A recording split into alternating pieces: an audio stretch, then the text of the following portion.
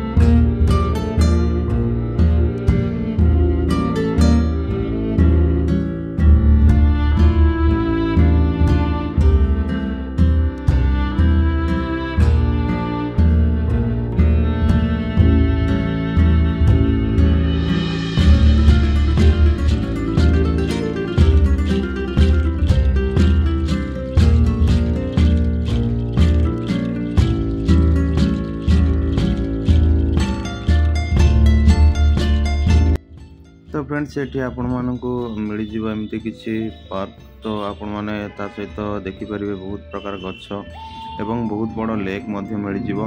तो ता भी देखा आपण मानक मिल लेक पाखापाखि जो गोटे झरणा टाइप रो पानी बहुची ता देखा मिल। ता सहित ये आपण मैंने देखिपे दुई पट झरणा बहुची। तो मेन एंट्रांस ये हूँ सामना आपण मैंने देखिपे एंट्रांस एमती किसी दृश्य आपण देखा मिल। ता सहित गोटे बड़ पहाड़ भली गोटे देखा मिल एमती पत्थर जहाँकि मंदिर गोटे ऊपर अच्छी ता दर्शन करेंगे। पहाड़ रू एमती तलू किसी नजारा एमती देखा मिल। ता सहित साइड्रे आपण मानक गोटे गेट मिल ये मंदिर मिल जाऊँगी।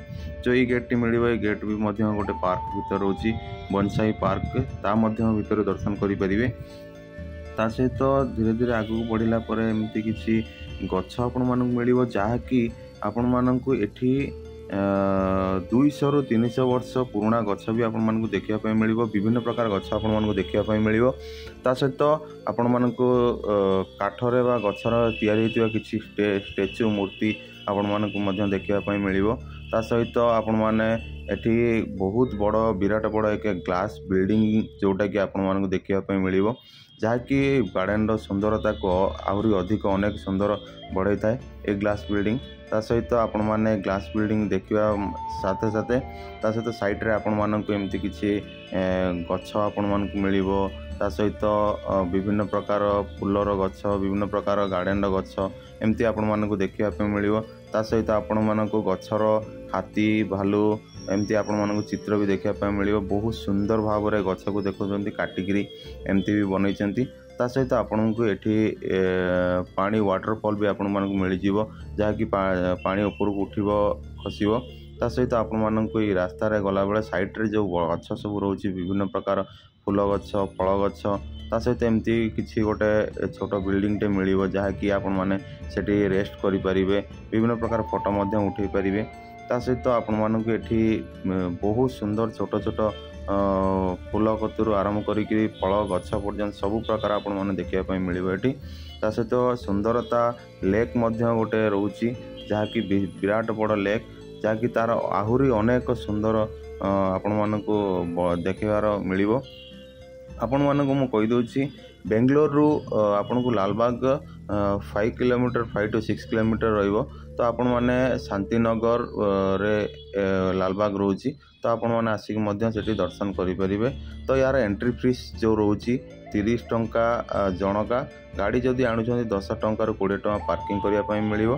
ता सहित आपण माने भीतर एंजॉय करि परिबे। एठी आपण मानकु पारा जो रहिया पई घर मध्य देखिया पई मिलिबो ये आपण मैंने पारा सब रोचंती जो मैंने पारा जो कबूतर कहते से कबूतर ये रोचंती आपण मैंने देखिपे कबूतर सहित गुंडुची मूषा सांगरे केमती खाऊन ताहा देखा मिल सहित ये काटी हाउस जोटा कि आपण मैंने गोटे ग्लास बिल्डिंग ये भी आपण देखा मिल सहित ये जो गार्डन रोची आपण को प्लांटेशन विभिन्न प्रकार गछ भी जदि आपण मैंने चाहिए ये परचेस करने तो परचेस भी करें सहित आपण मानू जेकोसी गछ फूल गछ हो फल गछ हो कि गार्डन जो डिजाइन गछ हो आपण मानक ये सुलभ मूल्य भी मिल तो ता भी आपण मैंने ये परचेस करें।